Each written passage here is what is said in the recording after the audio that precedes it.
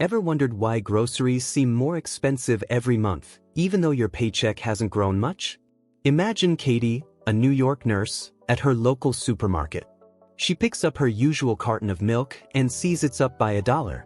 Her face drops. That's not just a price hike, it's inflation striking her everyday life, silently eating away her savings and plans for the future.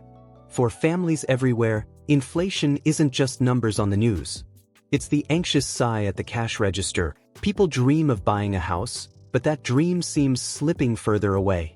You wait till next month for your kids' new shoes. Sound familiar, right? Let's know more about this inflation. What it is, why it happens, how governments control it, everything. Chapter 1. What is inflation? In simple terms, prices of things go up. The money in your pocket buys less than before. Yesterday's $100 fills a grocery cart. Tomorrow, it barely gets you halfway.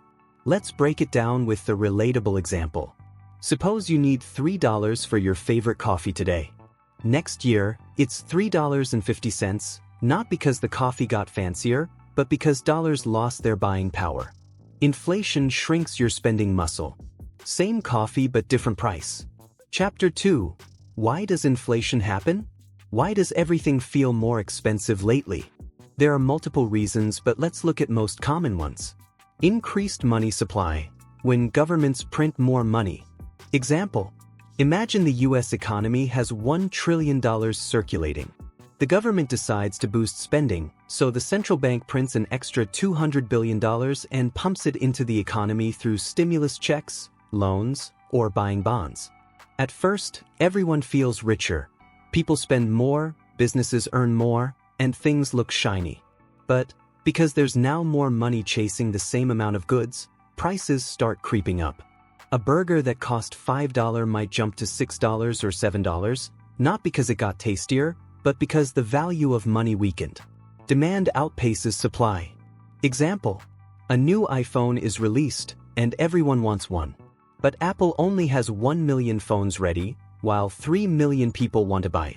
Since there aren't enough phones for everyone, prices rise.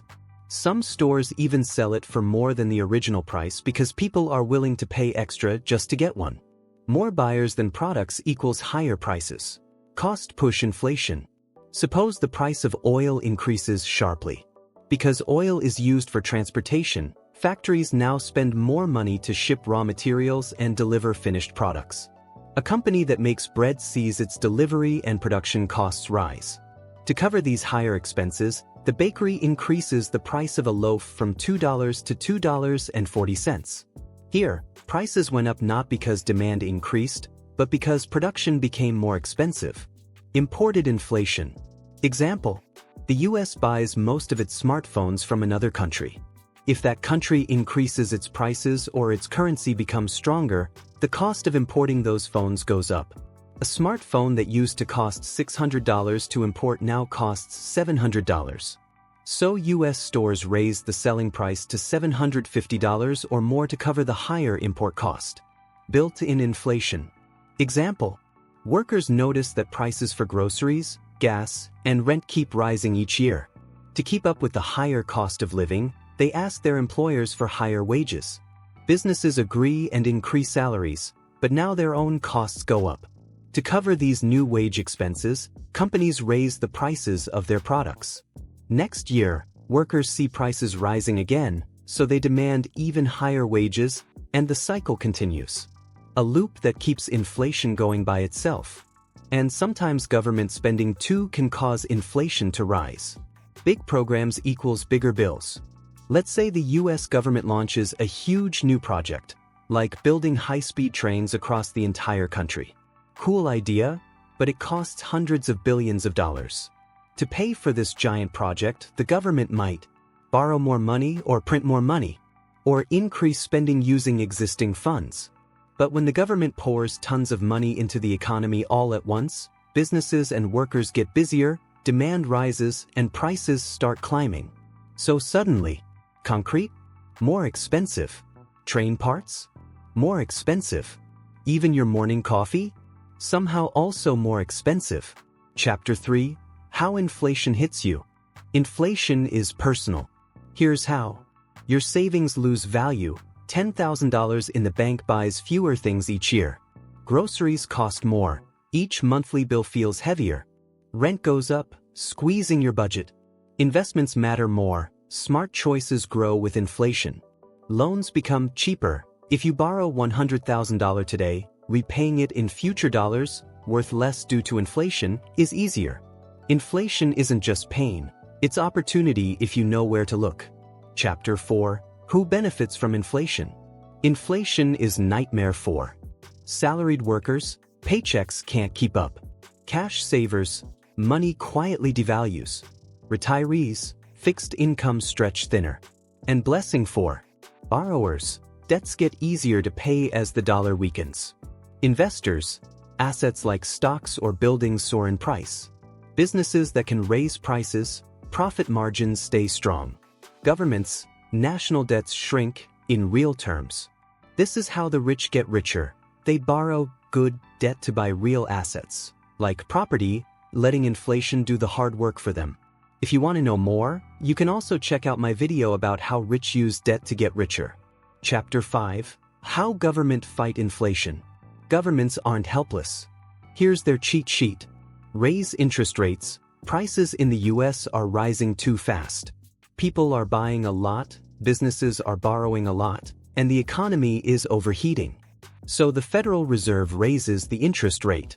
With less spending and slower borrowing, demand drops, and prices finally start cooling down. Reduce money supply. Everyone's spending like they've got magic wallets that refill themselves. To slow things down, the central bank decides to reduce the money supply.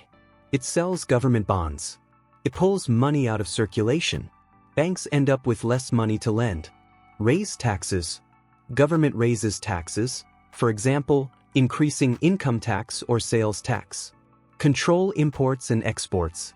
Example, let's say the US is importing a lot of expensive foreign goods, and prices are rising. To control inflation, the government places higher import taxes or restricts certain imports so fewer expensive products enter the country. At the same time, it might encourage more exports, so more goods are sold abroad, reducing local demand. Cut spending. The government decides to cut its spending, for example, reducing funding for large construction projects or delaying certain public programs. Each step is a lever. Pull the right one, slow inflation down. India, 2022 to 2023. Families struggled as fuel and onions doubled in price. Cab rides, meals, everything felt costlier. Venezuela. Hyperinflation meant shoppers literally watched prices double between breakfast and dinner. Pensions evaporated, nobody trusted cash. USA, 2021 to 22. Stimulus packages pumped in billions, supply chains snapped. Suddenly, cars, groceries, and rent shot up. These aren't distant headlines, they're what families world over felt at dinner tables. Chapter 6. Inflation versus deflation versus stagflation. Inflation, prices rise. Deflation, prices fall, sounds good, but shops close and jobs vanish.